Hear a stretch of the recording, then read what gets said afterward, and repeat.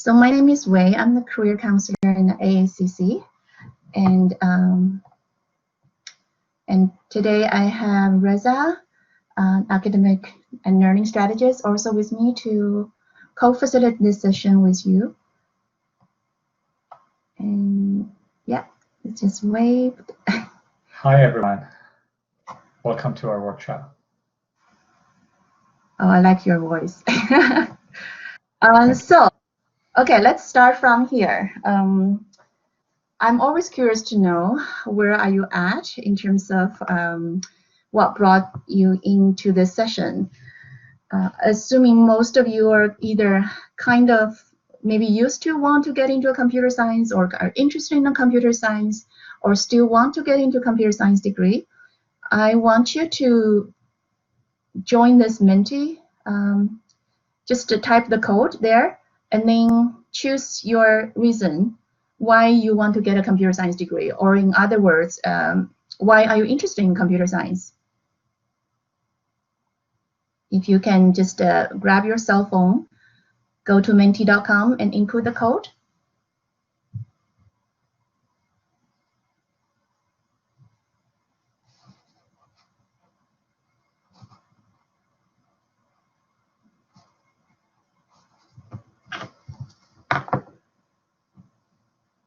Oh, we got one answer. We need more. Like to work with data and information. Anyone else?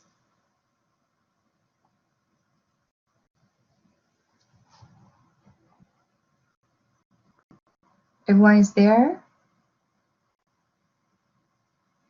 Did you get to the menti.com and input your answer? Want to change the world through information technology? That's definitely, it's a very common desire for a lot of people, because IT or technology is such a powerful tool to do so many things. Anyone else? You can grab your cell phone.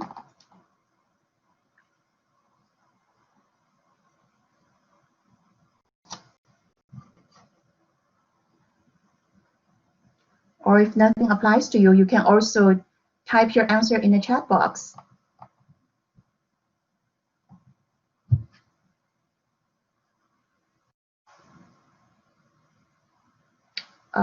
So the website is kind of hard to log in. It's good to know. So yeah, there are other options. You can also type your answer. What makes you interested in computer science or interested in getting a computer science degree?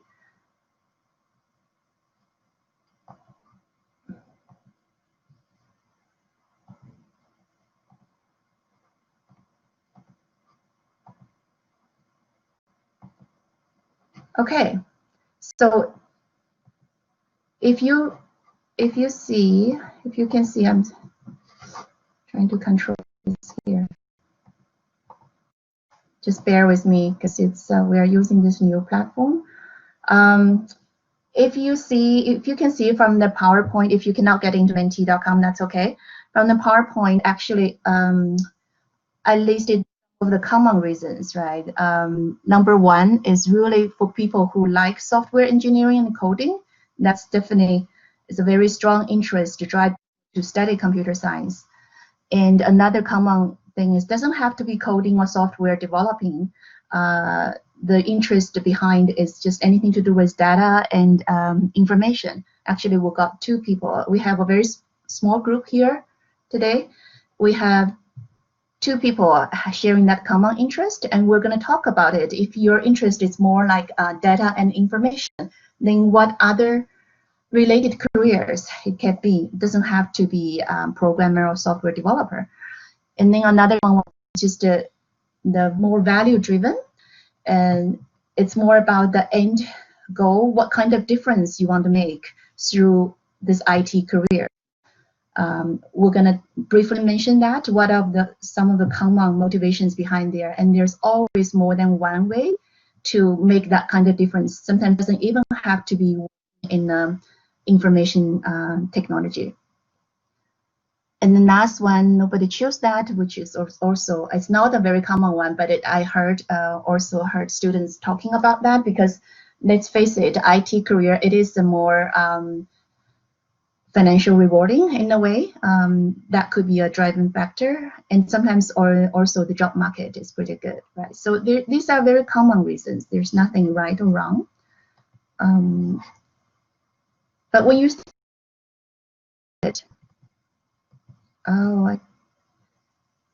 if the ultimate goal is a career related, is to really find a fulfilling career. It doesn't have to be as a computer programmer or software engineer, or it sometimes doesn't have to be in the IT field. It's a matter of fulfilling, making some difference you want to make in the world, right? So there are multiple routes to get there. I developed this more like a flow chart, try to relate to computer science. Believe or not, I do actually have a computer science degree under my bachelor degree. I'm not really proud of that because it was not my choice, but I kind of learned some of the good transferable skills. For example, developing flowchart, that could be something. So this is always start from what brought you here. So we assume that your common interest coming here is to really have some sort of interest in computer science or something related to IT.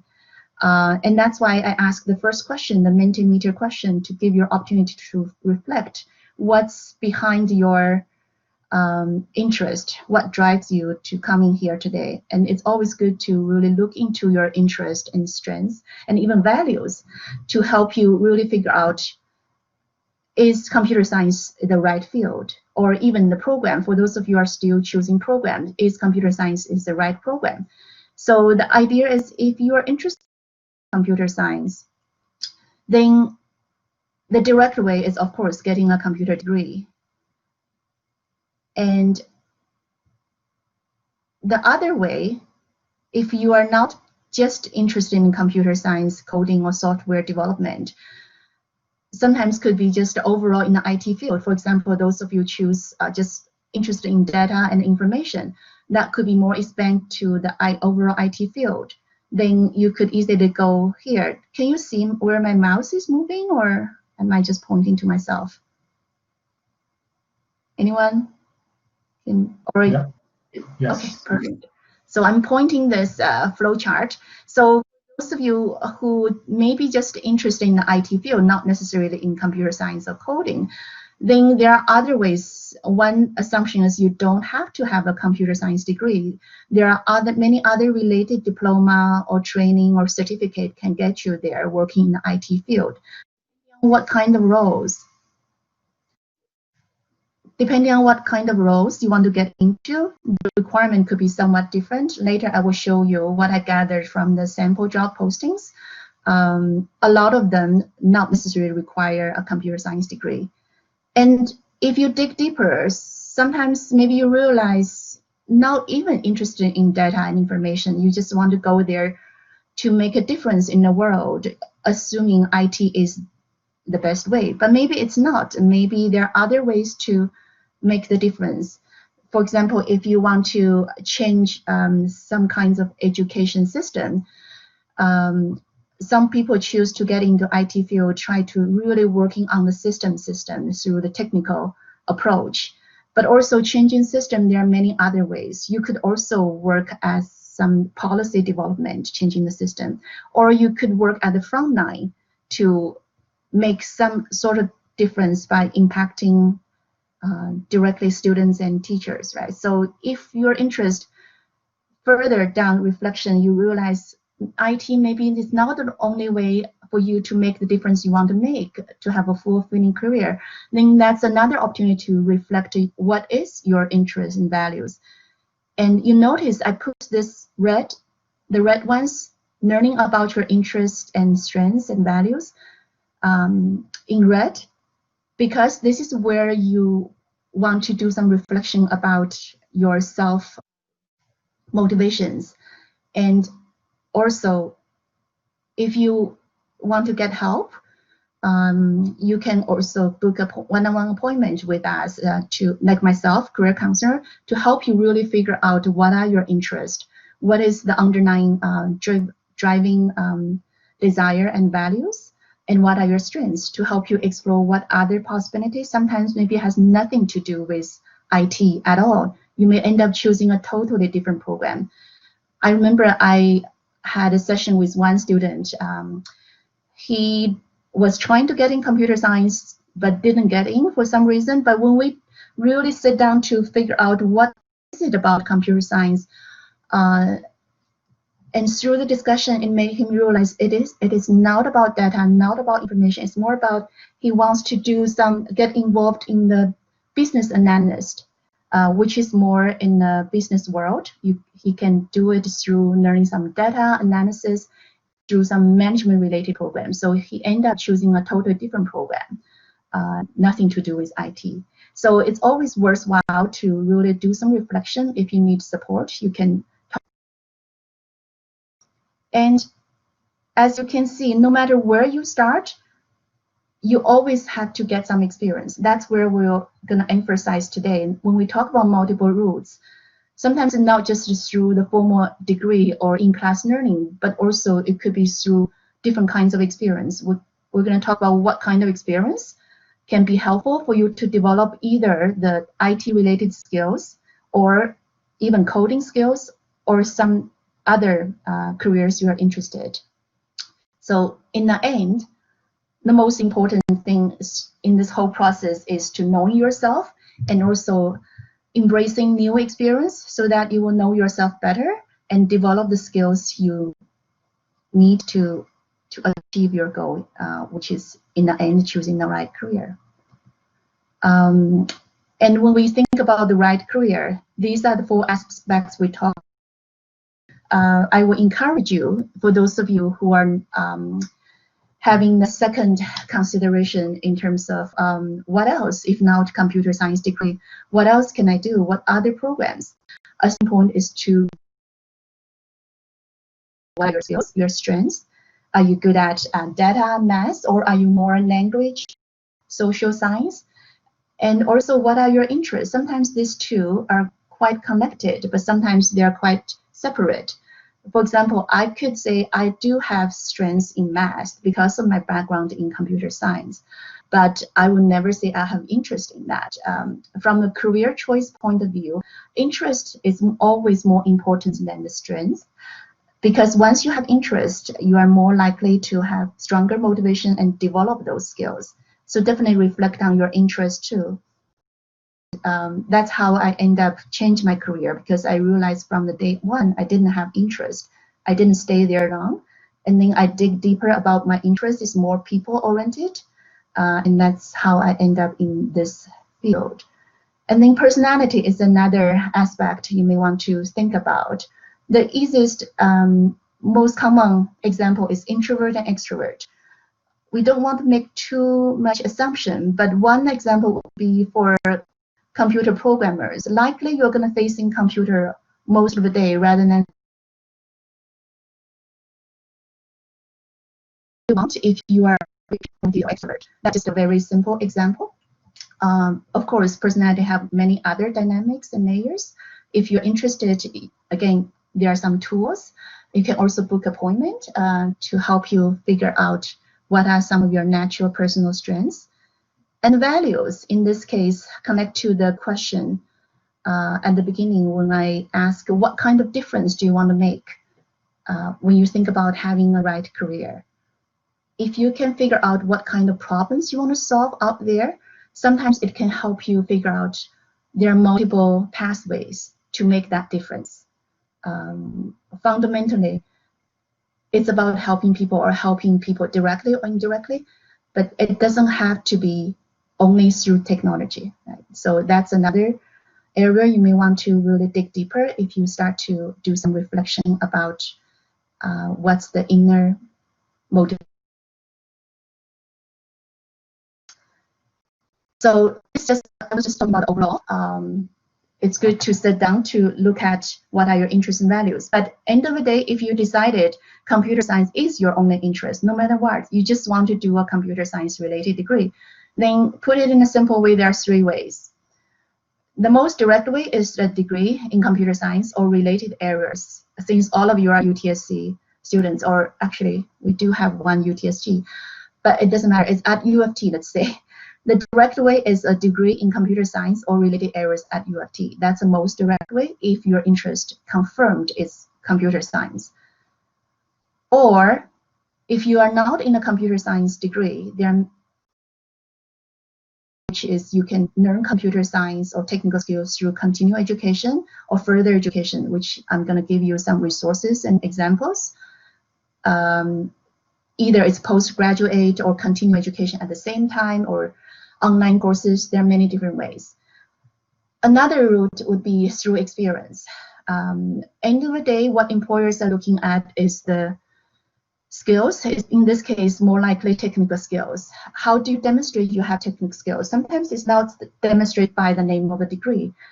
Sometimes could be even more effectively is by experience. So we're going to talk about what are the different ways to gain experience so that you can demonstrate the skills you learned from different kinds of training options. So these are fundamentally 3 routes.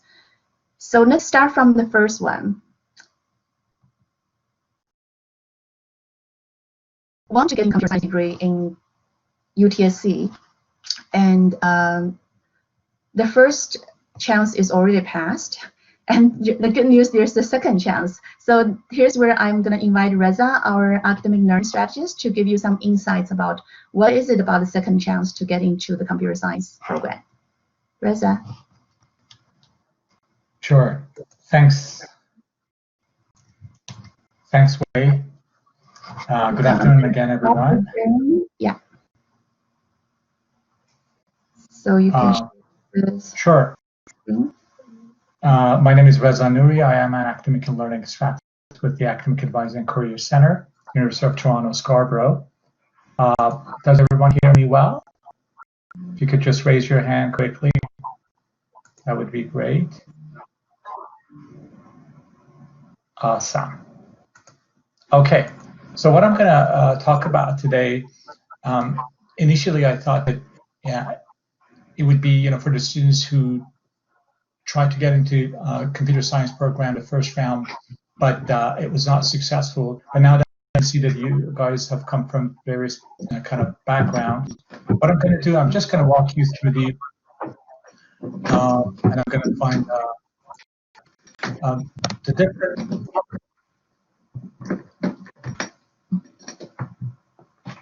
So we're going to start from the computer mathematical sciences. So we're going to talk about the admission requirements into computer science programs.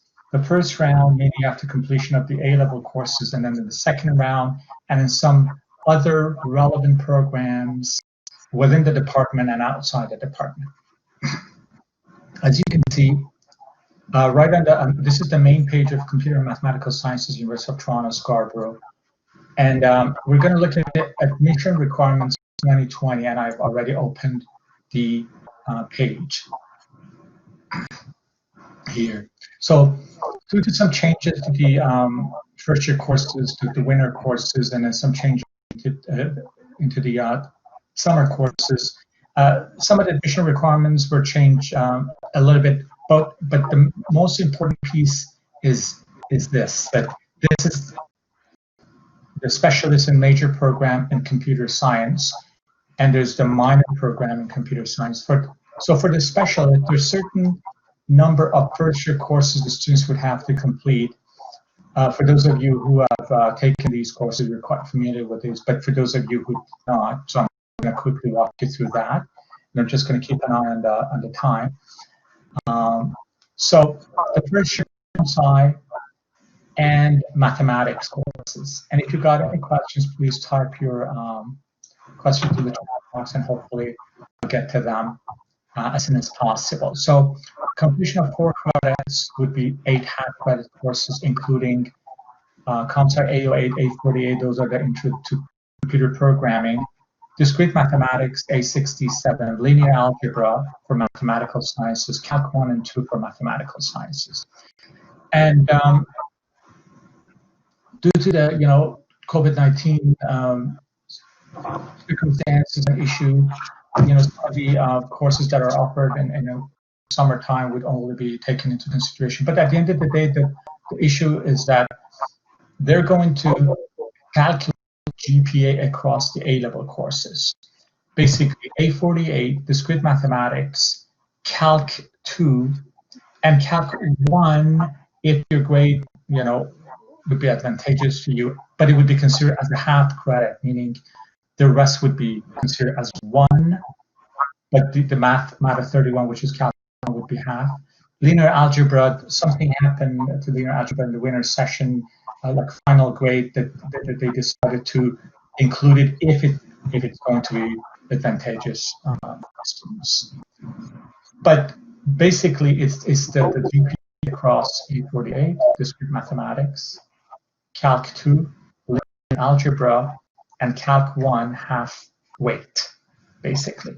And then it would have to be at 3.2, the GPA across those courses that I talked about, and it would be guaranteed admission. Okay, so that's for the computer science major and specialist.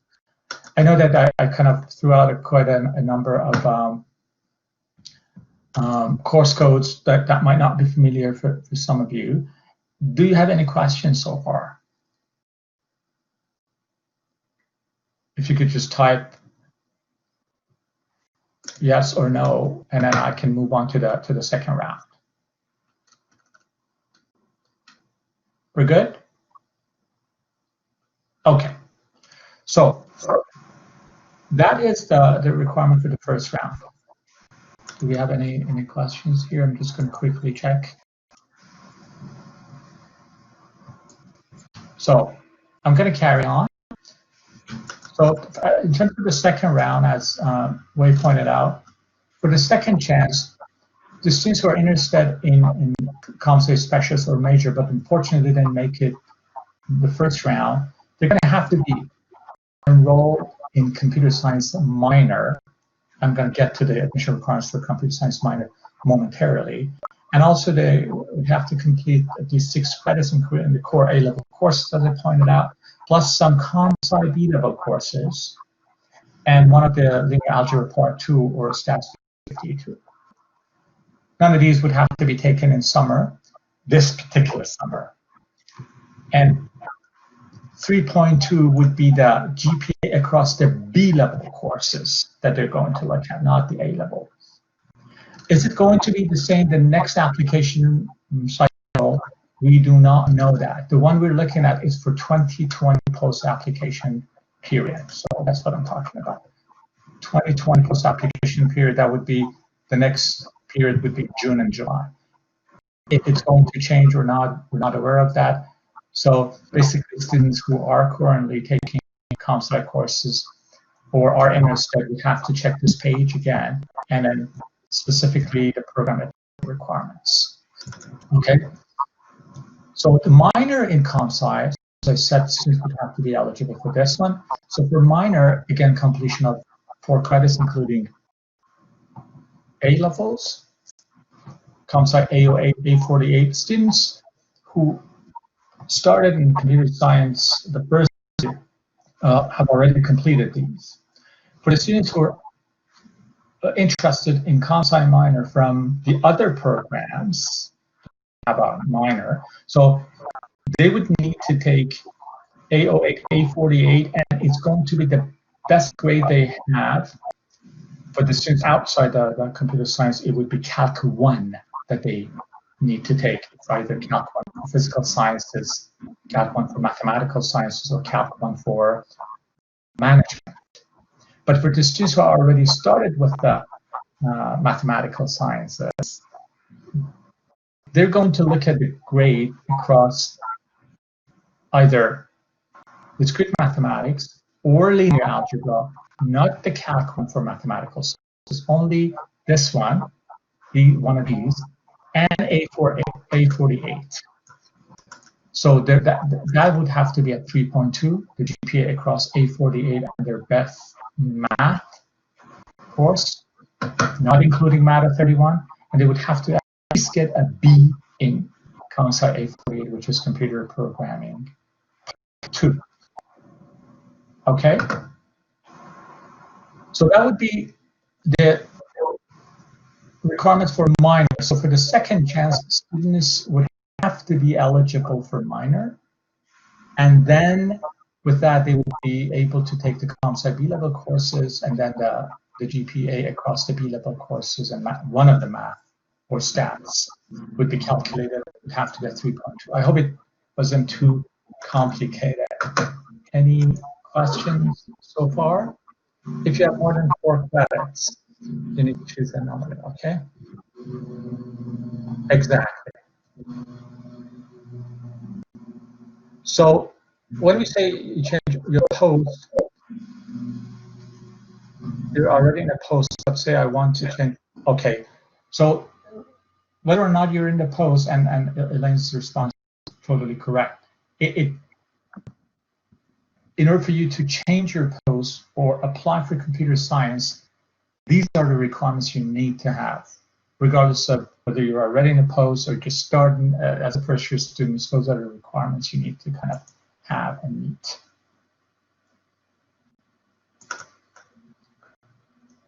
Okay. Now, I just wanted to draw your attention to the other alternative programs. So the closest program. So if for whatever reason the ComSci program didn't happen, even at the end of the second round, the closest program would be specialist in statistics, and there are 2 streams for that. One would be statistical machine learning and data science stream, and the other one would be quantitative finance stream. So the statistical machine learning and data science stream would be the closest program to computer science, and for that it would be complete A-level courses, with a difference of having the chance of taking Math 30 and 36, which would be Calc 1 and 2 for physical sciences, for students who did not take A31 and A37. The ones who did take A31 and 37, those grades are going to be taken into consideration. And then it would be A08, A48, Calc 1 and Calc 2, and Math 22 if that's going to be beneficial to them. And 2.6 across the A-level courses, 2.75 across the 2.75 across the A-level for the statistical machine learning. There's also a second chance for statistical machine learning, but with that you don't have to be qualified for any other program. You just carry on taking B-level courses, Math 24, linear algebra part 2, multivariate calculus, and some other math and stats courses, and then your GPA across these B-level courses would have to be calculated, and it would need to be 2.75 for the statistical machine learning and 2.6 for quantitative finance stream. So it would be definitely more easily achievable compared to ComSci. It would be a bit, statistics intensive, some of the math courses, but definitely you would be able to actually aim for the programs that, or the careers that would have kind of some relationship to computer science. We got that like image understanding, natural language processing, medical diagnosis. So that's for the statistical machine. So it's about like understanding the patterns in data. So there's a lot of opportunities down the road with this particular stream of statistics. There are some other programs within the departments of mathematics, ComSci and mathematical sciences and statistics. It would be mathematics either at the major or specialist level.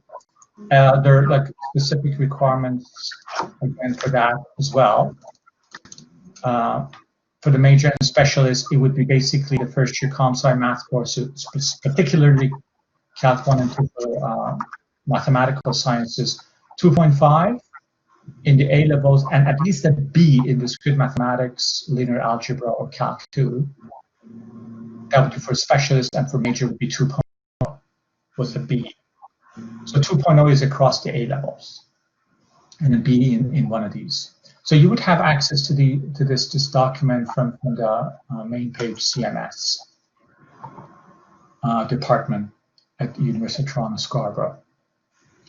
So we covered the statistics, the mathematics, and I also want to tell you something about the resources that are available to you, just academic support resources. So math and statistics support at UTSC would provide, especially during this time, they offer virtual tutoring in mathematics.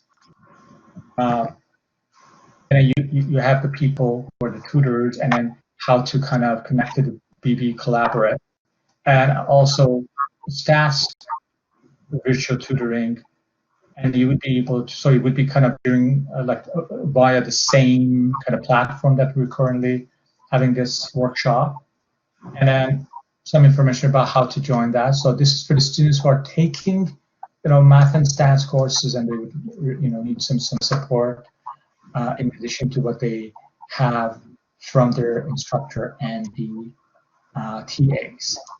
The other programs that I wanted to talk about, there's a GIS program offered by the Department of Geography.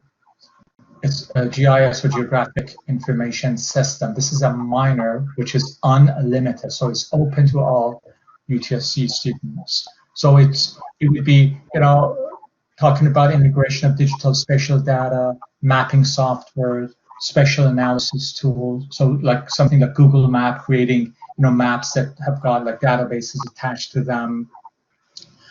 It has got applications in various areas such as human geography, city studies, and it's kind of application-based, computer-based programs, and then the courses are listed here. It's just unlimited.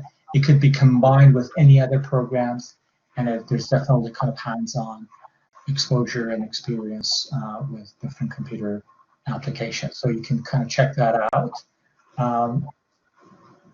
So there's another program that is offered by the Arts, Culture, and Media Department. It's called New Media Studies, which is a joint program with Centennial College.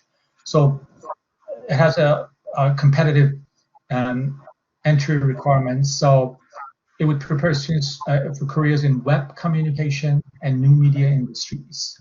So technical education and industry experience provided through the practice-based courses and multimedia for web and mobile applications. So that would be done at Centennial, and there would be some kind of media studies focused courses done at University of Toronto Scarborough.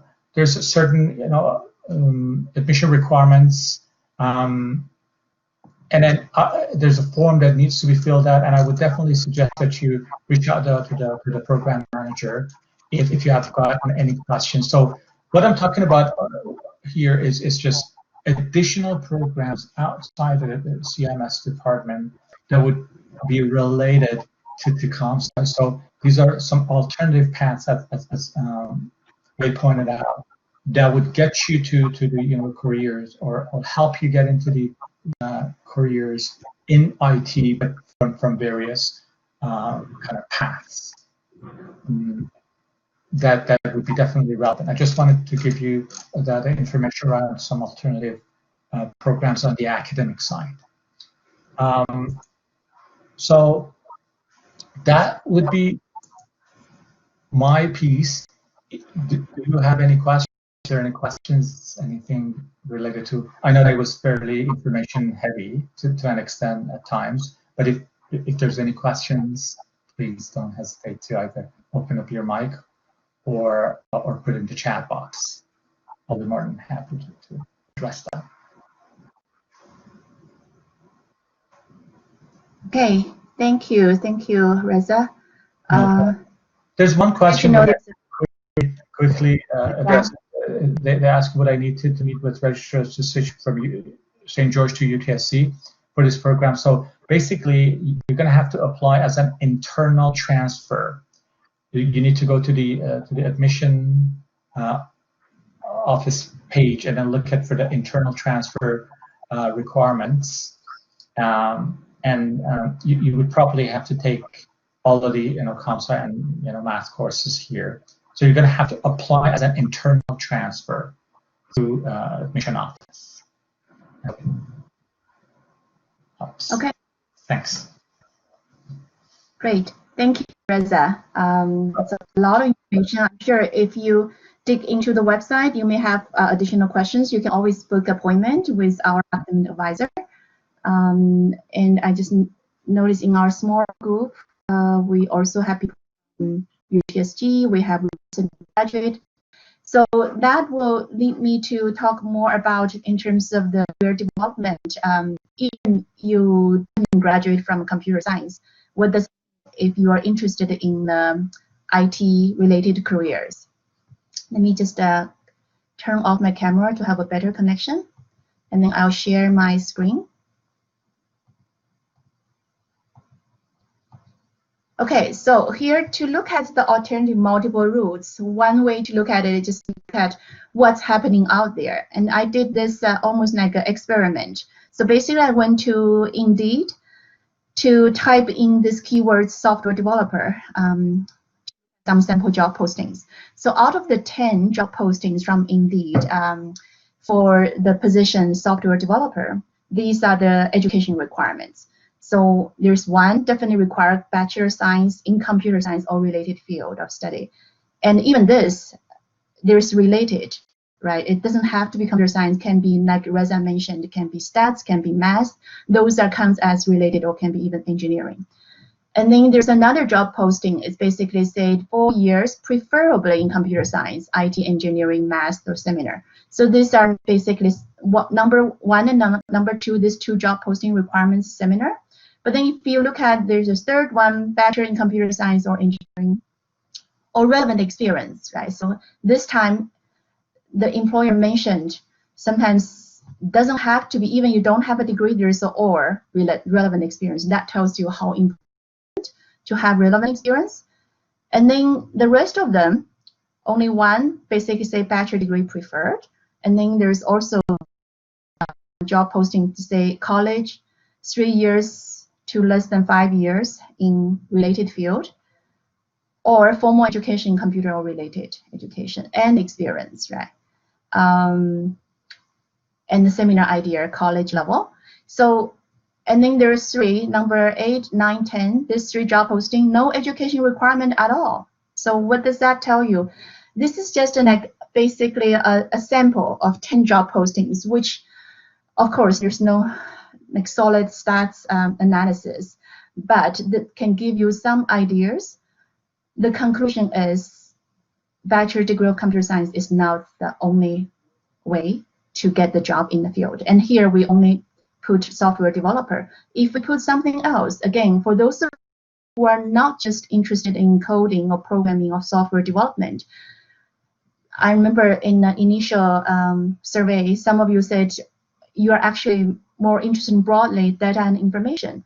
Let's look at this. If you expand your interest beyond coding and programming, in the IT field, there are also many of the IT jobs without too much coding in the role, and also does not really require computer science degree. For example, user experience design, business analysis, like I mentioned earlier, it's a combined area between business and IT. It does not require you to have a super high coding background. And data analysis, which could be a different routes, even you can learn from either stats program, or you can learn data analysis by self-taught many of the common data programming language or data analysis applications, which later we can look at some examples. Project management is a common one. It's more required some of the exposure or industry experience, but not necessarily in coding or computer science degree.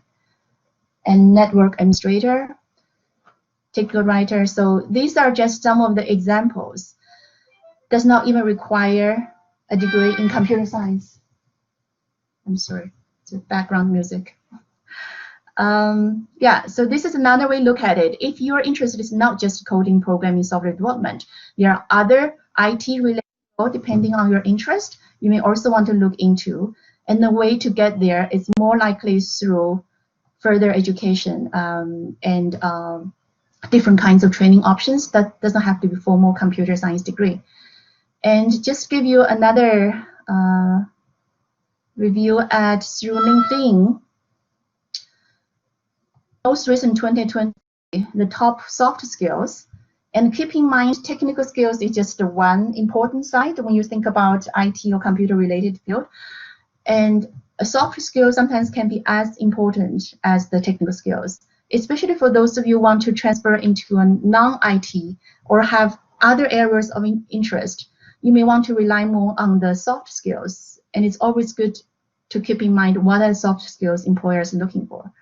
And hard skills, this may give you some idea if you decided to do some self-study or to achieve different kinds of diploma, certificates, or gain those skills, then what kind of skills might be more in demand? This gives you some of the examples.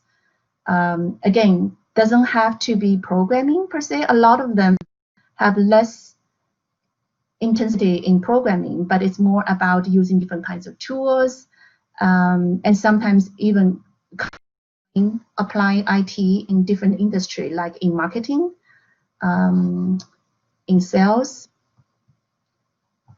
This is just from 2019. Again, if you're curious, oh, if I want to just develop some of the programming skills, what kind of programming skills is more in demand? This gives you some ideas. Or what kind of things is not just pure programming, could be something combined with my other area of interest.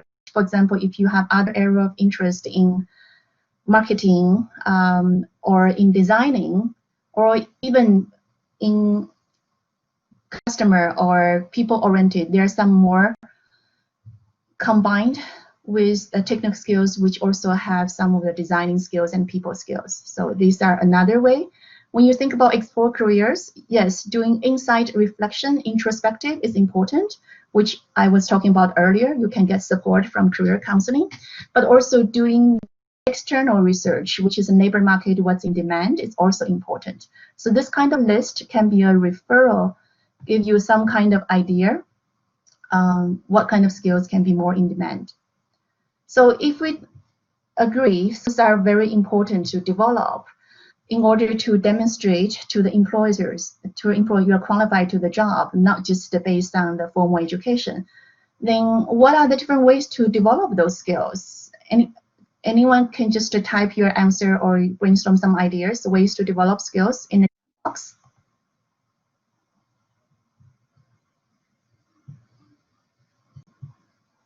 You can just type different approach to develop your skills. What are the different ways to develop your skills?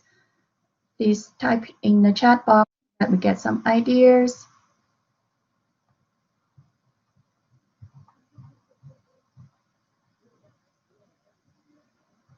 Anyone have any idea? Other than through formal education, what are the different ways to develop your skills? Volunteering, I like that. And if you have a targeted area already, then you can be more intentional and purposeful to find certain volunteer in terms of having some volunteer to do some project for certain company or organization. It could be a project of data analysis, right? So you can volunteer to create a data analysis project for a certain organization to understand their incoming clients, to understand their marketing channels. Yeah, that kind of volunteer is also what we call, you can self-created projects. Training experience, again, it could be all different type of training. It doesn't have to be a degree. It could be formal or informal training. Losing the control again. Let me resharing.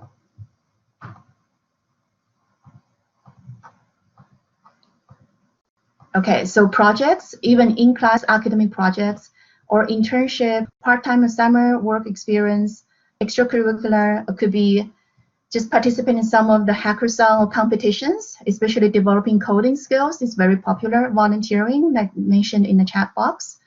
Online courses, which the red ones we're going to elaborate a little bit more to give you some examples where to find them. And personal projects. Again, one example I just mentioned could be you volunteer yourself to do some free projects for some organizations where you can either develop an app for them, develop a small program, or develop a data projection for them. And further education, again, further education doesn't have to be another degree, although like it's possible some of the IT related master degree may not require computer science undergraduate background.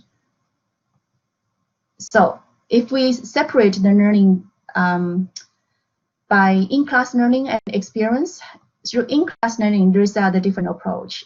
Minors, which Reza just mentioned, even within UTSC, there are different minors you can tap into, which can give you some kind of transferable skills related to IT, like new media, and then continuing education. Continuing education is a big part in UFT. If you Google UFT continuing education, you will easily find they offer a lot of IT certificates. I just quickly took a look. They have fintech, they have coding. They offer it through boot camps, actually. That's another way to get both certificate but also experience. They also have data analysis boot camps. They have cybersecurity boot camps and user experience boot camps. So 5 popular areas through continuing education in UFT, you can get both experience and certificate. If not UFT, then you can basically search if you are into postgraduate certificate through college. That's another option, even for those of you finish the undergraduate degree has nothing to do with computer science. Go to Ontario College, search anything in tech. You may find some popular diploma certificate. A lot of them is more geared towards to people who have a degree already. It's called post degree. And university study, again, not only college level, but also master degrees. Sometimes they also are quite flexible, not really require you graduate from one particular degree. So you can look into some of the master degree. For example, our own, I think one participant is incoming student from Master of Information, School of Information UFT. They have different kinds of programs, including user experience. And I'm sure some of the programs does not really require a computer science degree. Yeah, so other than formal education, then online courses, also called MOOC. These are the popular platforms. You can go to LinkedIn Learning. As a UFT student, you have the free access. And then you can also go to Coursera, edX. These are the popular platforms. You can just go to these platforms and search the keywords. Whatever keywords you identify, the popular skills, there's a tons of courses offered by universities or by different training providers. So the other side, other than in-class learning including online learning and also in-class traditional. The other side is experiential learning. Where do you get experience? Boot camps. Like I said, if you go to boot camps, UFT, continuing education, there are 5 camps already. And then hackathons competitions is a good website to find those resources because it's geared towards current students and recent graduates. And also through work study, we have tons of work study positions throughout the year and also in the summer. Some of the work study position could be more research focused or even rely on some of the data analysis skills, if not programming. So there's definitely some of the work study position more tech related. And internships, right? If you're not in a co-op program, you may want to find your own internship. On our website, there are 2 tip sheets. One is find internship, another one is find unpaid internship. Both are legitimate ways to create your own experience. I just include one example, FDN, which is the organization offer internship to students in IT-related roles, not highly technical programming, which is different. They offer some like business analysis, data analysis roles, and through internship. So definitely you can Google AM. And project work, again, you can project experience put on your resume. Doesn't matter if it's through your own project or it's an in-class project or even an open project. It's a common way to develop programming experience, right? You can go to this popular GitHub. There's more small open projects for grads, for like easy to start some of small projects and create your own personal projects, either by getting into some research. You can offer help to professors in their research projects to do some data analysis or small programming, or you can volunteer in many of the nonprofit or other organizations, create your own personal projects. Yeah. I'm just quickly going through the resources. So all resources more related to technical skills or IT related. The last piece is, in case you are really willing to explore other area of interest and nothing to do with IT, the idea is you can develop your new area of interest by just trying something new. This is the theory behind it.